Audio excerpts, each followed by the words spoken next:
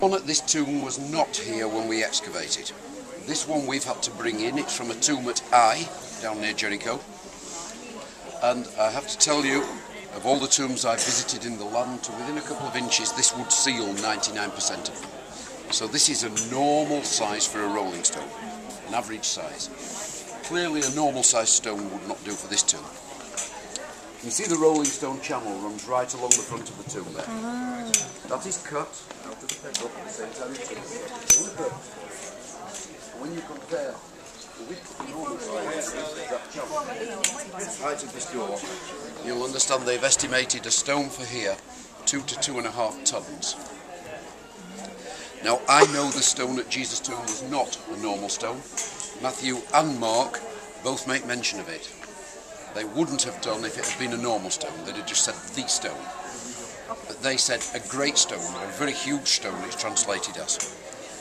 And I know that 3 ladies coming on the first Sunday morning to anoint the body were asking each other, who's going to roll the stone away from us? You see, I honestly believe that 3 ladies would have a good chance of moving a normal sized stone. I do, honestly. But at 2.5 tons you would have been asking the same question, wouldn't you? Nancy? Look, none of us here can promise you this is Jesus' tomb. Of course we can't. It all happened 2,000 years ago. I was fairly young at the time. But I promised you up there I was just going to be pointing some facts out to you. And as a police officer for 30 years in England, my job was to gather evidence together and then look at it and say, does this have a ring of truth about it? And a hill in the shape of a skull, outside a city wall, near to a gate, alongside a major road, a garden right next to it, and in that garden a tomb which matches exactly the gospel description of Jesus' tomb. And I mean exactly, because they don't cut tombs like this. All of the other tombs I've been to, the burial chamber is not here. They're never here. They're always here, behind the weeping chamber. But Jesus' tomb, it's got to be at the side. In fact, it's got to be at that side. Mark's Gospels say so.